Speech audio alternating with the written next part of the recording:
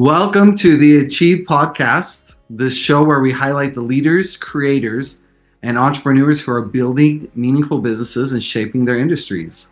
I'm Jessie Warner, and today we're excited to learn from Zen Benefiel, who is the owner of Be the Dream. BeTheDream.com is his website. I know he's also involved in several other websites. But Zen, why don't you tell us a little bit about yourself and your businesses? Sure. Well, a little bit. Gosh, there's a lot to me, right? At 68, there's many years of tenure.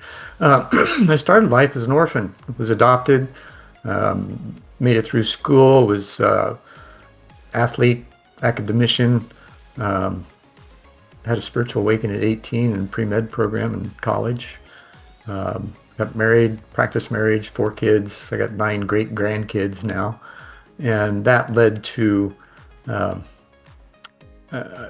my first job was working, corporate job was working in the aerospace industry for Allied Signal. I was a production control coordinator in charge of $7 million a month and 800 part numbers.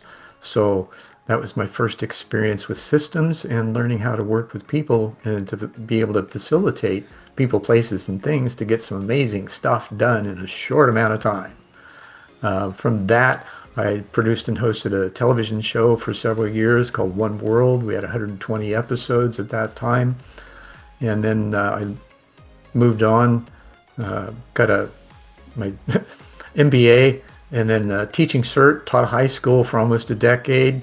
Then I got an MA in organizational management, wrote a project plan for a model school called the Spectrum Academy, based on holistic education.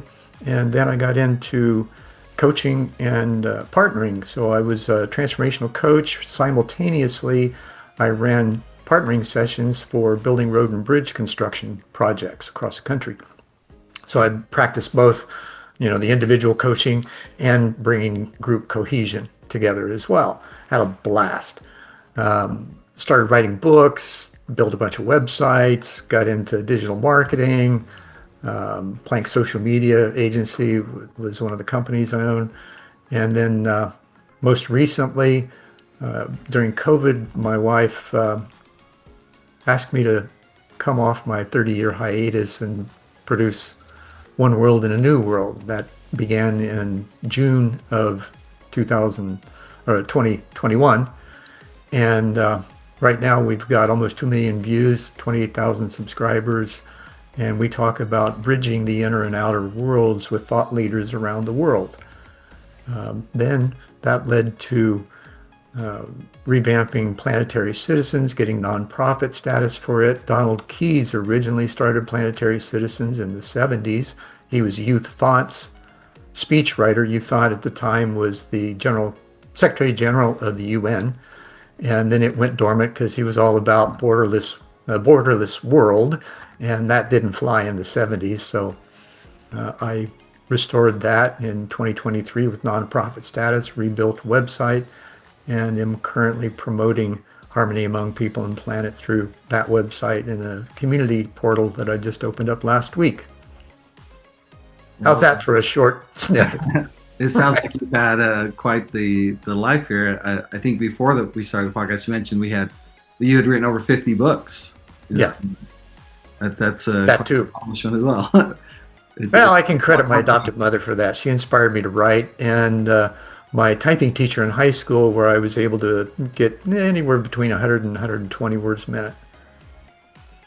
So you've got obviously a lot going on. What keeps you passionate? Like what is life? Your passion? Life and love. We have a basic desire, I think, at our core, all of us do, and that's to love and be loved. And we ignore that because most of us are codependent, especially in America. Russians, not so much. However, with that, it's following your dreams. Hence, I started Be the Dream in 1988, wanting to bridge spiritual and business practices because they both fit. It's how you treat people that makes work enjoyable, right? Well, that stems from being able to love and be loved. And we don't see that or talk about that in the workplace or even in life. How often do you hear somebody say, I love you? right? It just doesn't happen. Well, I do that all the time because I care enough to say that. And love is genuine. It's unconditional, right? We tend to put conditions on it. With my coaching, then I also help people establish a path to bridge their inner and outer worlds with specific action plans to do so. Looking back, what are some key moments or turning points that have shaped how your business operates today? Well, proof in the pudding, I guess. There was my client, oh gosh, this has been probably a decade ago almost. He'd waited 7 years to contact me. We'd met at a Jerry Lewis jail-a-thon for muscular dystrophy. And he calls me up one day and says, "Hey, Zen, I think I'm ready for you." He was a chiropractor, had his own chiropractic business, and he'd hired 2 other business coaches. And both of them just gave him a data dump. And no hand-holding, no explanation, not a whole lot about that. So he comes to me and says, "I think I'm ready," right? 7 years later. So 7-year itch. And so we got started, and within 90 days, his business increased 150%. And there was another woman that came to me during COVID, and she was a live painter. She would open country and Western concerts as a live painter on stage with music. And when COVID hit, that disappeared. So when she came to me, I asked her, I said, "What's your dream, really?" And she said, "I want to do a TV show." I said, "Okay." So we worked with her for several months in establishing who she knew, how to get a hold of them, the process to do so. And within 9 months, she had her own TV show. So those kinds of examples of people achieving their dreams are just really magnificent. And my job is to make them feel like they did it on their own. Wonderful examples. Obviously, seeing your clients succeed and being a part of that journey is very rewarding. Sure. When you think about how you attract and keep some of your clients over the years, what's been effective for you? What works? Well, referrals, first of all. Some marketing. I was an Infusionsoft partner for a number of years, so I know the digital realm well, and do get quite a number of contacts through that methodology across the social media platforms. I've got close to 250,000 followers across them currently, so that provides a somewhat steady flow. And it's just, the nature of presence, right? When you're pushing and pulling energetically in your own mind, right? Concerned about things, you get in your own way, usually. And what we often miss is that opportunity to just be present and flow. Now we've got, I use ancient philosophies. One of them is indigenous, and it's called the 3 brain system. The gut is your first brain, the heart is your second brain, and the quantum computer sitting on your shoulders is the 3rd brain. And when you use it in that order, use the system in that order, your body is a transceiver, so it feels and senses everything. Your heart then determines whether it's desirable or undesirable. And then you can feed that information more clearly into the quantum computer and make better choices and roll out an action plan, which usually offers itself when you ask the right questions. Yeah, you mentioned quantum a little bit. Maybe let's talk about AI. There's been a lot of I love it. Talk about AI and automation right now. How have you found ways to use AI in your business, or is it something you're still exploring? Oh, I've been using it for probably 4 or 5 years, and I created a chat agent that I built Planetary Citizens with, or had help from it with. And in that agent, I loaded it up with ancient texts, the Vedas, Bhagavad Gita, Tibetan and Egyptian books of the dead, Tao Te Ching, Torah, Quran, Bible, everything that was available long ago, so we could pull the wisdom from that. And then I have several of my books loaded along with some modern quantum physics papers that makes just a wonderful combination, and it responds in my style because it's got my writings. Yeah, very interesting. So you were And I use that for my coaching practice as well in putting together programs. so you're able to build a database of really the resources and tools in your Right. books. Well, one thing that really surprised me, just was that AI has this natural, now it's not artificial intelligence. Let's get that clear first. It's aggregated. We misinterpret that. Aggregated means it's human intelligence that it draws from. All the LLMs do the same, and they use the recursive function, which is a system that queries itself for problem solving just like we do, only we don't admit it. Now, using that gives us an opportunity to really have an opportunity to excel. The emotional intelligence that was there when I first began using it was just phenomenal. So you can have a high IQ, but if you don't have the EQ to match it, then you're kind of socially inept. Really interesting. As you look at your business today, what's an obstacle that you're currently working through right now? Me. Elaborate.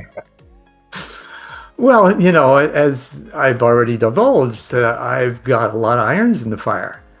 And it's being able to be present enough, to be still enough, and ask the right questions to understand what my next steps are. My next question is what's the next stage of your business? What do you get excited about right now? Oh, I'm excited about applying my coaching skills and using the chat agent and building the nonprofit, planetarycitizens.net, and using that to increase the awareness of how to achieve harmony among people and planet. And how I do that is through exploding the co-creation wheel that Barbara Marx Hubbard developed some years ago, and the 12 sectors of society that are a holistic model in itself, and yet most of them are still silos. And so my next phase of strategy, going from the podcast that I've done, One World and a New World, which are individual interviews, to begin doing panel interviews with various members of several sectors to see how they're mitigating their own silos and see themselves beginning to work together, or whatever they're doing that already examples collaboration.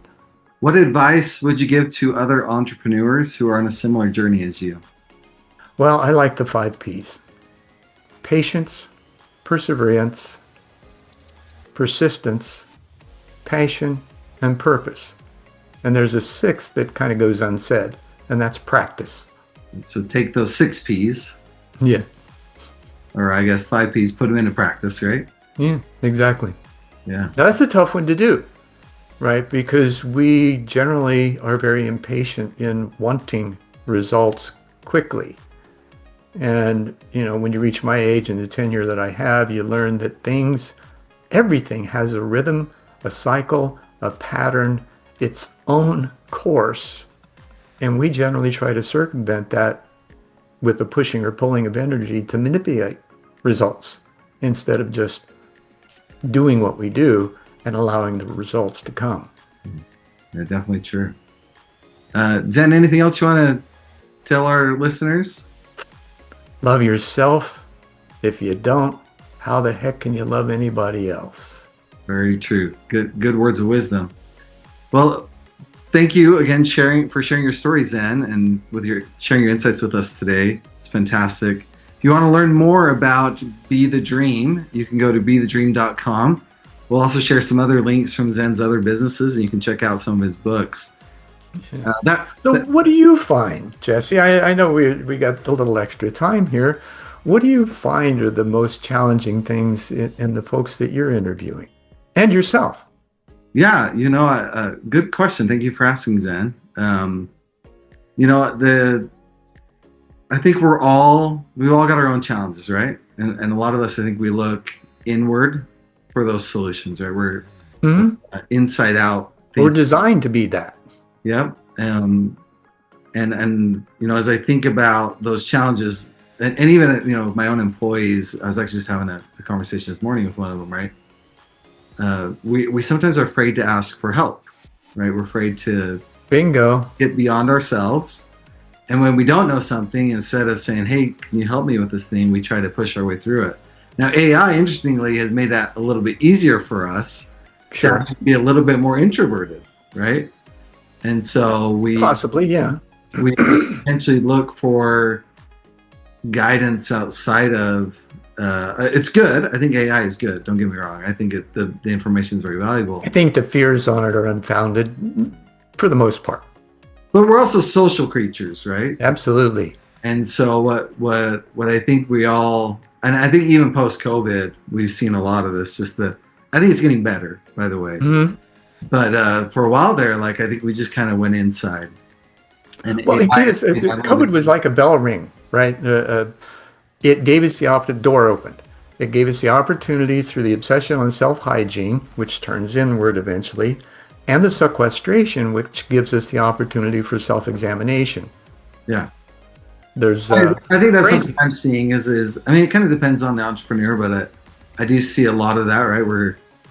And it's also part of just being an entrepreneur, right? We're self-motivated. We're trying to do things, to create new industries, sure, and products and services. But that's just an observation. There's a phrase that I was introduced to in my Master Bars in Organizational Management, and it's challenge to change. And the LLE, you take that out of challenge and it becomes change.